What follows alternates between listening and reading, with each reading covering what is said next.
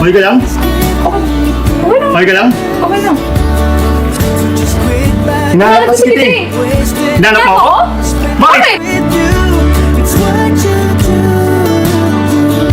Hello mga mom and sir! Welcome po kayo sa aking channel, ang Mom Fleurs Channel. For today's video, good vibes lang po tayo kasi bumulaga sa YouTube channel ng KBO or Ka-Business Official ang Darden. Akala ko hindi ko na sila muling mapapanood. Kaya yung mga nagre-request po ng Darden, ayan po, punta na po kayo doon sa channel ni Ka-Business at muli po ninyong mapapanood ang Darden. So, konting ano lang po, reaction dyan sa naging vlog po na yan ni Ka-Business.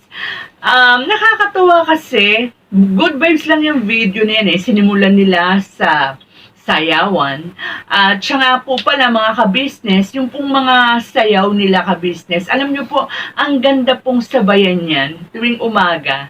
Pang Zumba, pang exercise po, napakadali pong sundan.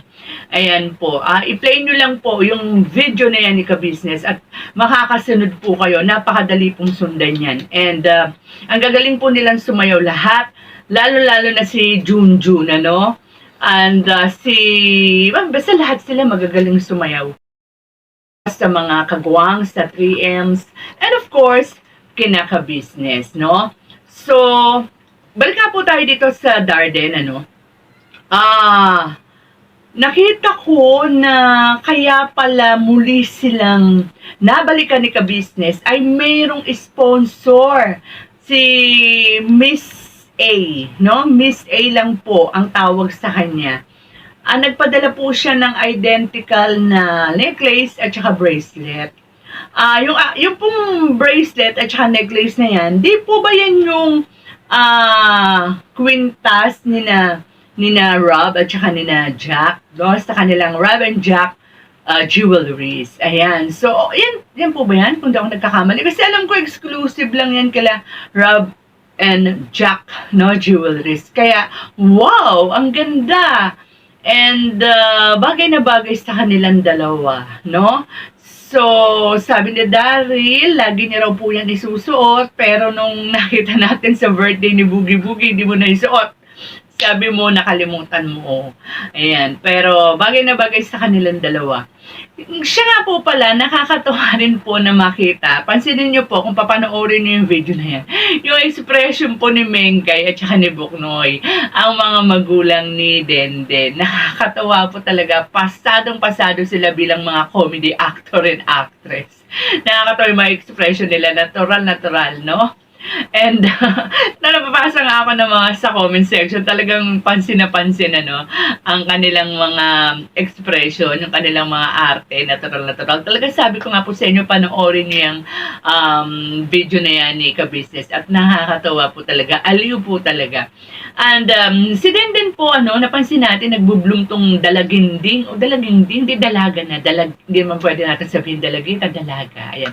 17 years old lang po si Denden, pero nagbubloom po siyang mabuti, and siguro lalo na kung mag-gain ng weight itong si Denden, lalo silang bagay ni Daryl. Kasi Daryl, macho-macho eh.